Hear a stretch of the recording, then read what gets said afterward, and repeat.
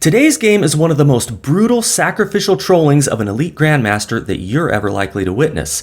I don't even remember seeing Magnus Carlsen do anything quite as extreme so early in the opening as what you're about to see from the great Hikaru Nakamura, who in a shocking resurrection of a horrendous 150-year-old gambit, sacrifices not one, but two entire pieces by move 5, in a brash and irresponsible attack that should have never worked. So I don't know what else to tell you. This game is going to unscrew your head and then you might know what's coming next. I don't even want to say it. Once you regain your composure though, you might just be inspired to try this crazy opening against your own opponents, as it does have the potential to be quite venomous, as you're about to see. So you have been warned. For better or for worse, this game is going to rock your entire world. Hikaru Nakamura has dominion over the pale pieces. He's up against the 2600 FIDE Rated Grandmaster by the name of Dmitry Kolarz in this blitz encounter played on chess.com about 4 years ago, and he opens with e4. The best possible opening move for piece development, if that's your thing, as it awakens both queen and bishop, in contrast to d4, which is what you'd play if you were going for maximum control of the center, as it gives the queen some immediate central influence in addition to the pawn. Dmitry responds with the symmetrical e5. Hikaru plays your standard knight to f3, attacking the pawn on e5, which is defended with knight to c6. Next is bishop to c4. This is known as the Italian game. Dmitry replies bishop to c5, initiating what is known as the Giuoco piano variation, which literally translates to quiet game, as it has developed a reputation for being a not very exciting way to play. But Hikaru is determined to bore out that pigeonhole with his shocking decision to enter an utterly dubious, totally irresponsible, and in all respects ridiculous and insane sacrificial line of play, beginning with bishop takes f7 check. And this is one of those variations that's kind of like a famous band or artist whose music you're not very familiar with. And when somebody asks you if you think their music is any good, you feel fairly confident in saying that you do not, having almost certainly been exposed to it at some point in your life and having made no special effort to remember it or find out who made it. And that's probably a terrible analogy that you should just forget that you ever heard. But what I'm trying to say is that if this were a sound sacrifice, we would almost certainly be much more familiar with it than we are. Unless, of course, you are very familiar with it, in which case you might even know that it has a name, the Jerome Gambit. This gambit has been around since at least 1876, when it was first mentioned in the Dubuque Chess Journal. It later appeared in the 1896 edition of Chess Openings Ancient and Modern, where it was described as an American invention and a very risky attack. The renowned chess writer Julius Dumont even had some things to say about it, describing it as being unsound but having the saving grace of leading to a lively game, making it suitable for an occasional friendly game. He also remarked that the defender cannot afford to be careless, and when you see what happens to Hikaru's opponent, you will have no choice but to agree. How exactly Dumont was able to make such a prophecy, I couldn't tell you. In the game, Dmitry of course accepts the bishop with king takes f7.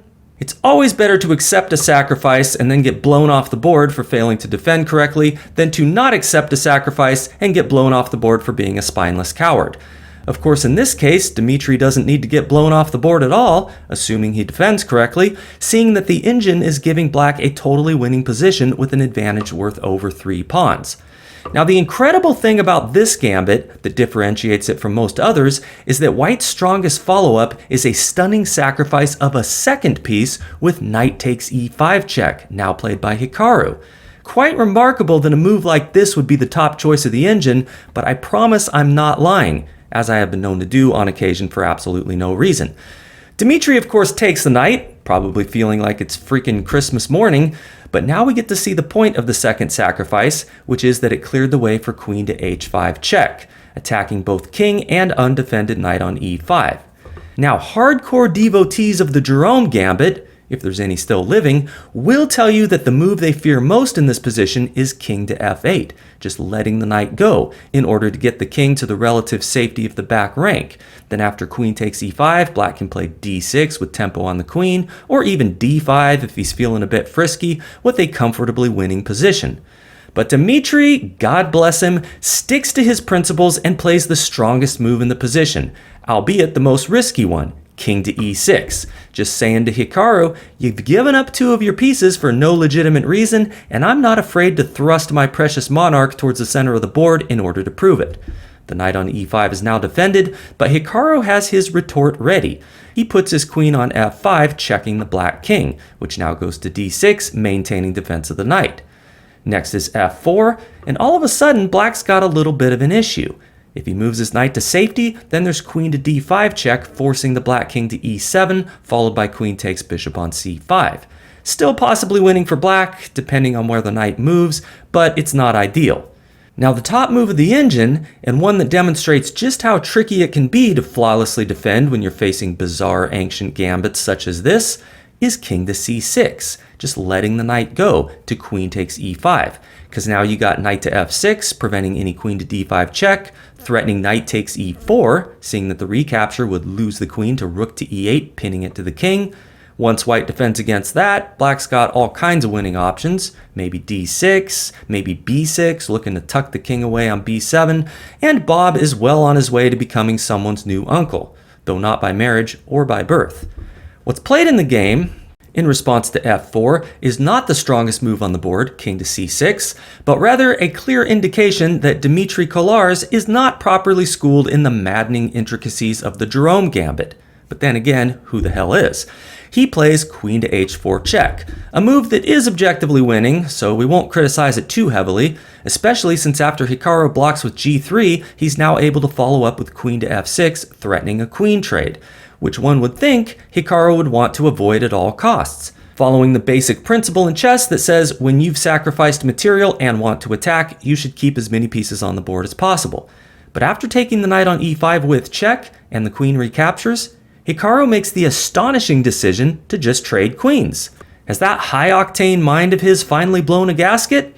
After king takes e5, if I had the black pieces, I would surely be congratulating myself for having weathered the storm and would be looking forward to a relatively straightforward mop-up job with my extra bishop versus white's measly extra pawn. Now the black king is still sitting in the center of the board, which is a slight cause for concern, but with no white pieces even developed at the moment, it looks like it should be a pretty manageable situation. But as you're about to see, Hikaru's ability to materialize threats right out of thin air from a position that looks practically resignable is almost beyond human. He begins with a beautiful top engine move. Pause and ponder if you'd like to try to spot it, but here it comes. The move is b4. Another sacrifice, of course, this time of a pawn, which if black were to accept with bishop takes b4, well, you can probably guess fairly quickly what the problem with this is. It of course runs into bishop to b2 with check, and after the king moves, let's say you grab the pawn on e4, there comes bishop takes g7, winning the rook on h8, which is trapped and cannot be defended.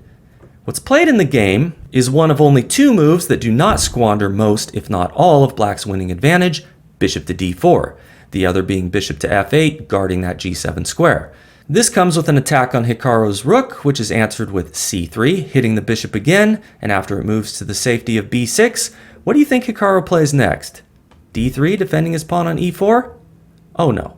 Once you go full sacrificial rampage mode, passive defense is no longer an option.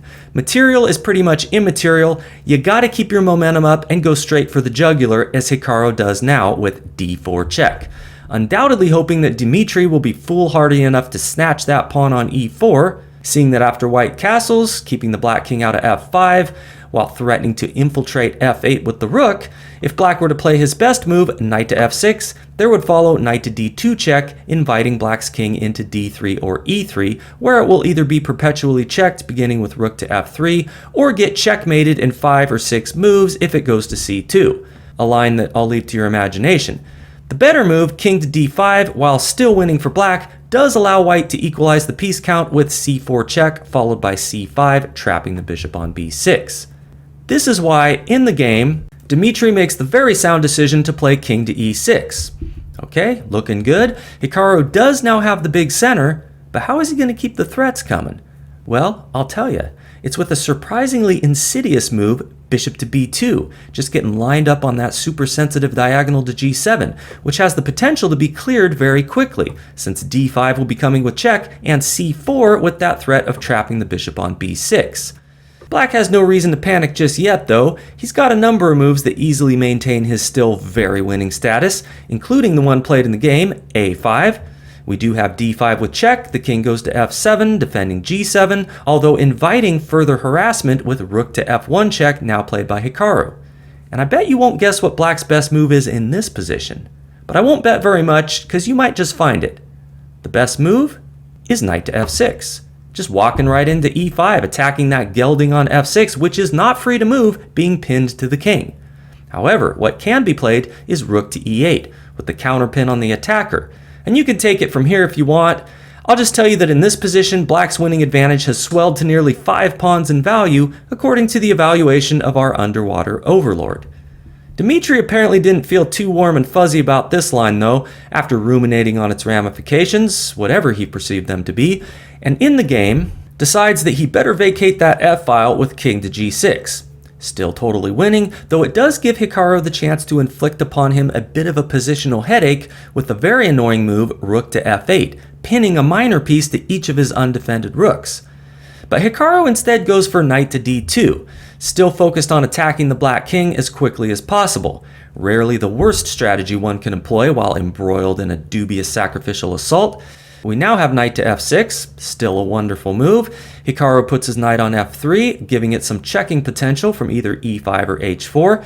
The mating net is tightening just a bit, but black is still far from being in any objective danger if he proceeds with caution and precision, which Dmitry continues to do, developing his rook to e8, now threatening to take the pawn on e4 with check. Hikaru pushes it to e5, defended by the knight, though not yet threatening to capture on f6, as that pawn is still pinned to the king. Now this does remove defense from the pawn on d5, which black is all good to capture, seeing that he will not be getting checkmated with knight to h4 check, king to h5, and rook to f5 check when he's got g5 to block. But Dmitry plays a much more human-looking move, the safe and sane h6. He wants his king to have a little cubbyhole on h7. He's trying to do the responsible thing, but as we're going to see, this doesn't really make his king all that much safer. Hikaru now gets his own king out of the center by castling long, now threatening to capture the knight on f6. Dmitry puts it on g4, hitting e5 a second time, threatening to come into e3 with a fork. Hikaru takes notice and plays rook d to e1, answering both threats. Dmitry takes on b4, and after c takes b4, the knight comes into e3 anyway, defended by the bishop, attacking the rook on f1, while also hitting the pawn on d5. Hikaru just ignores that whole situation though, and plays knight to h4 check, driving the black king away from its defense of f7, which after king to h7 is where Hikaru now posts his rook. And you can probably guess what's coming, with both the b2 bishop and the f7 rook converging on the g7 pawn, now pinned to the king. A pawn push to e6, opening the bishop's eyes, is of obvious concern, or at least it should be. But as scary as this is beginning to look, black is still perfectly fine, and totally winning if he plays one of 3 winning moves available to him in this position. Pause the video if you'd like to try and spot one or more of these moves. What black needs to play is either rook takes pawn on a2, threatening to dispatch the bishop on b2, knight to c4, threatening to do the same, or the simple rook to g8, adding defense to g7. But in this position, Dmitry, after defending with admirable precision for 20 consecutive moves while never once relinquishing his winning advantage, now finally commits a horrific blunder of game-ending proportion with king to g8, attacking the rook on f7. Now, did he simply forget about the bishop on b2, which after Hikaru's devastating response, e6 is now bearing down on g7? Doesn't really seem likely. Perhaps he's failed to appreciate the potential of the knight sitting on h4, as he proceeds to capture the pawn on e6, which would be a good move, if not for the fact that it gives Hikaru a forced checkmate in 2 moves. Black's best way to prolong his misery would have been to sacrifice his rook on e6, but here, unless you're an absolute beginner or have yet to learn how the pieces move, you should have no trouble in spotting the checkmate in 2 moves, now executed by Hikaru, with rook takes g7 check, driving the black king to either h8 or the square chosen in the game, f8, after which knight to g6 is check and mate. So how did you like that? Let me know in the comments what you thought about this game and or the Jerome Gambit in general. Is this not one of the best bad openings that you've ever seen? And if you had the misfortune of losing to it, how would you react? I might have no choice but to fly into a mild rage, despite my best efforts to resist. because sometimes that's just what happens when you realize that there isn't always something new to learn every time you lose a game of chess, because sometimes the only takeaway is something that you've already been taught 1,000 times before. Don't blunder elementary tactics. Sure would be nice to learn that lesson once and for all and never have to be reminded in the most brutal way possible ever again, but such is our psychological struggle. I think the trick is to care just enough to play your best, but not enough to let it bother you when you don't. And I think I'm almost there, but I will say that the journey has taken me way too long. Anyway, as always, thank you so much for watching. Hit that like button if you liked the video, subscribe to the channel if you enjoyed the content and want to see more of the same on the regular, and now a little bonus content for you. What I have here is sort of a hexagonal cylinder, which is pretty cool in and of itself, but what's even cooler is what happens when you unroll it, like so, revealing the coolest little travel chess set that I have ever encountered. Now I want to say right up front that I'm not getting paid anything to show you this, nor do the good people who sell it even know that I'm talking about it. So what I'm hoping happens is that they get a little boost in their sales as the result of my review and have no idea why. I think that would be kind of funny and a good way to throw some free advertising their way for making a totally awesome product. So if you happen to purchase one of these, please don't tell them where you heard about it. Anyway, this is a fantastic little travel set. The pieces are held very firmly to the board by some strong magnets, so firmly in fact that you can even roll it across the room like so, open it again, and your position will still be saved exactly how you left it. So if you want to save a game or a position you're analyzing for later on, this is the board for you. It's about 7.5 inches long, so it can fit easily into any backpack or purse, making it perfect for traveling. It comes in several colors for the light squares. You can choose from orange, blue, or the more traditional white, as I have here. It's available on Amazon right now, ranging from $47 to $60, depending on what color you choose. I think they have a website as well. It's called the Venture Board, and it's something that you're going to want to buy if you want to be the owner of the greatest little travel set on the market today.